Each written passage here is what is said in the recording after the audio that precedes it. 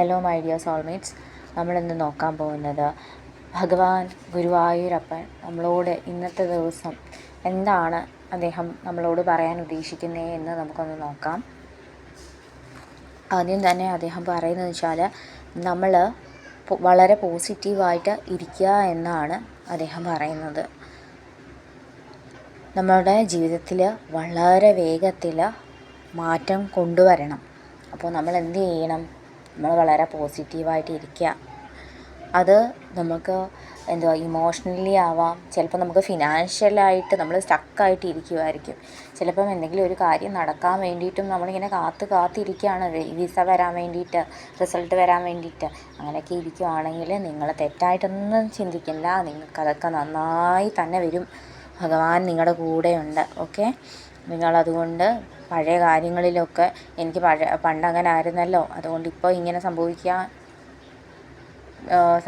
സംഭവിക്കാൻ ചാൻസ് ഉണ്ടോ എന്നൊക്കെ ആലോചിച്ചിങ്ങനെ കൺഫ്യൂഷൻ അടിക്കേണ്ട കാര്യമില്ല എന്നാണ് ഭഗവാൻ പറയുന്നത്. പിന്നീട് ഭഗവാൻ പറയുന്നത് നമ്മുടെ ജീവിതത്തിലൊരു ബാലൻസ് കൊണ്ടുവരണം. അപ്പോൾ നമ്മൾ പഴയ കാര്യങ്ങളിൽ പ്രശ്നങ്ങൾ ഒക്കെ ഇങ്ങനെ ആലോചിച്ച് അതിലിങ്ങനെ മുഴുകിയിരിക്കാതെ ആ പ്രശ്നങ്ങളെ ഇങ്ങനെ ഇനിയും വീണ്ടും വരുവാണെങ്കിൽ എന്ത് ചെയ്യണം? നമ്മളതിനെ പുതിയ രീതിയിൽ ചിന്തിച്ച് ഒരു തീരുമാനം എടുക്കുക എന്നാണ് ഭഗവാൻ പറയുന്നത്. നിങ്ങളിപ്പോൾ ഏതെങ്കിലും തരത്തിൽ ശാരീരിക ബുദ്ധിമുട്ടുകൾ അനുഭവിക്കുന്ന ഒരു വ്യക്തിയാണെങ്കിൽ നിങ്ങൾ ആയുർവേദ ചികിത്സ ഒന്ന് പരീക്ഷിക്കാവുന്നതാണ്.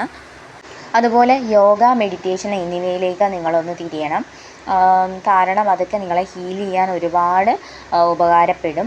അതുമാത്രമല്ല, നിങ്ങൾക്ക് എപ്പോൾ ജയിക്കണം, നിങ്ങൾക്ക് എപ്പോൾ തോൽക്കണം എന്നൊക്കെ തീരുമാനിക്കുന്നത് നിങ്ങളാണ്. നിങ്ങളുടെ ലൈഫിൻ്റെ സ്റ്റിയറിങ് നിങ്ങളുടെ കയ്യിലാണ് ഉള്ളത്. അപ്പോൾ വണ്ടി എങ്ങോട്ടേക്കാണ് നിങ്ങൾ ഓടിച്ചുകൊണ്ട് പോകുന്നത്? നരകത്തിലേക്കാണോ അതോ സ്വർഗത്തിലേക്കാണോ നിങ്ങൾ ഓടിച്ചുകൊണ്ട് പോകുന്നത്? നിങ്ങൾ എങ്ങോട്ടാണ് നിങ്ങൾക്ക് പോകേണ്ടത് എങ്കിൽ അത് ആ ഒറ്റ ലക്ഷ്യത്തിൽ നമ്മൾ വണ്ടി ഓടിച്ച് സ്ട്രെയിറ്റ് ആയിട്ട് നമ്മൾ പോയിക്കൊണ്ടിരിക്കുക. ഓക്കെ, വേറെ ഒന്നിനെ പറ്റി നിങ്ങൾ ചിന്തിക്കേണ്ട എന്നാണ് ഭഗവാൻ പറഞ്ഞത്. കാരണം ഞാൻ നിൻ്റെ കൂടെ ഉണ്ട്, നീ കർമ്മം ചെയ്യൂ, നീ പരീക്ഷയ്ക്ക് പഠിക്കുക, എഴുതുക, ബാക്കി ഭഗവാൻ നോക്കിക്കോളും. അതാണ് നിൻ്റെ കർമ്മം ചെയ്യൂ. പിന്നീട് ഞാൻ നിനക്ക് വേണ്ടി ഉള്ള കാര്യങ്ങളൊക്കെ ഞാൻ തന്നെ ചെയ്തോളാം. നിങ്ങളുടെ ജീവിതത്തിൽ ഒരു ഉയർച്ച വേണമെങ്കിൽ നിങ്ങൾ റിസ്ക് എടുക്കണം. അതും പക്വതയോടെ തന്നെ നിങ്ങൾ എന്ത് ചെയ്യുക? ഒരു റിസ്ക് എടുക്കുക. ഇപ്പോൾ നിങ്ങൾക്കൊരു ലവർ ഉണ്ടെന്ന് വിചാരിക്കാം, ഭയങ്കര ടോക്സിക് ആയ പേഴ്സണാണ്, നിങ്ങൾക്ക് ഒരുപാട് പെയിൻ തരുക. നിങ്ങൾ എത്ര എഫേർട്ട് ഇടുന്നു, ആളെ തിരുത്താൻ ശ്രമിക്കുന്നു, ആളെ പറഞ്ഞ് മനസ്സിലാക്കാൻ ശ്രമിക്കുന്നു, എന്നിട്ടും നിങ്ങളുടെ കൂടെ വരുന്നില്ല. അപ്പോൾ എന്ത് ചെയ്യണം? നിങ്ങൾ നല്ലതായിട്ട് നിങ്ങൾ മനസ്സിലാക്കാം, ആ വ്യക്തി ഒരിക്കലും നേരെയായിട്ട് വരുന്നൊരു വ്യക്തിയല്ല. അപ്പോൾ അതീ അവിടെ നിന്നും നിങ്ങൾ പോവുക, മൂവ് ഓൺ ചെയ്ത് പോവുക. അതൊരു പക്വതയോടെ എടുക്കുന്ന ഒരു തീരുമാനം. നിങ്ങളുടെ സ്നേഹം പരിശുദ്ധമാണെന്ന് ഭഗവാൻ അറിയുന്നു.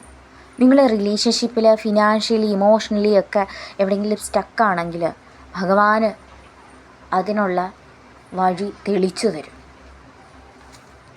നിങ്ങൾ എന്തിനാണ് ഇത്രയും സ്ട്രെസ്സ് നിങ്ങൾക്ക് തന്നെ കൊടുക്കുന്നത്?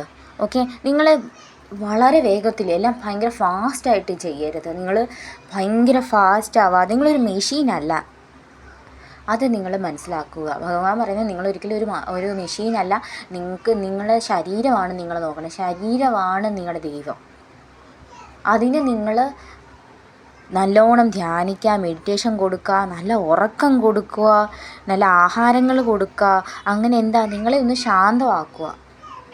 മെൻ്റലി ഫിസിക്കലി ഒക്കെ നിങ്ങൾ എന്ത് ചെയ്യുക? ഒന്ന് ഹീലാവണം. നിങ്ങൾ ഈ ഓട്ടപ്പാച്ചിലൊന്ന് കുറയ്ക്കുക. നിങ്ങൾ വളരെ സമാധാനത്തോടെ നമുക്ക് പോവാം. എല്ലാത്തിനും ഭഗവാൻ കൂടെ ഉണ്ട്. കുരുക്ഷേത്ര യുദ്ധം നടക്കുന്ന സമയത്ത് അർജുനൻ ചോദിക്കുകയാണ് ഭഗവാനോട്, എനിക്ക് ഈ യുദ്ധം ചെയ്യാൻ വയ്യ. അന്നേരം ഭഗവാൻ ചിരിച്ചിട്ടാ പറയാ, നീ വിജയിക്കും. എന്താണ്? നീ വില്ലെടുക്കണം, ഞാൻ തെളിച്ചു തരാം, നീ തന്നെ ജയിക്കും. പക്ഷേ നീ എന്ത് ചെയ്യണം? നീ വില്ലെടുക്കണം. അതുപോലെ നിങ്ങളും നിങ്ങളുടെ വിജയത്തിന് വേണ്ടിയിട്ട് ഭഗവാനോട് പ്രാർത്ഥിക്കാം.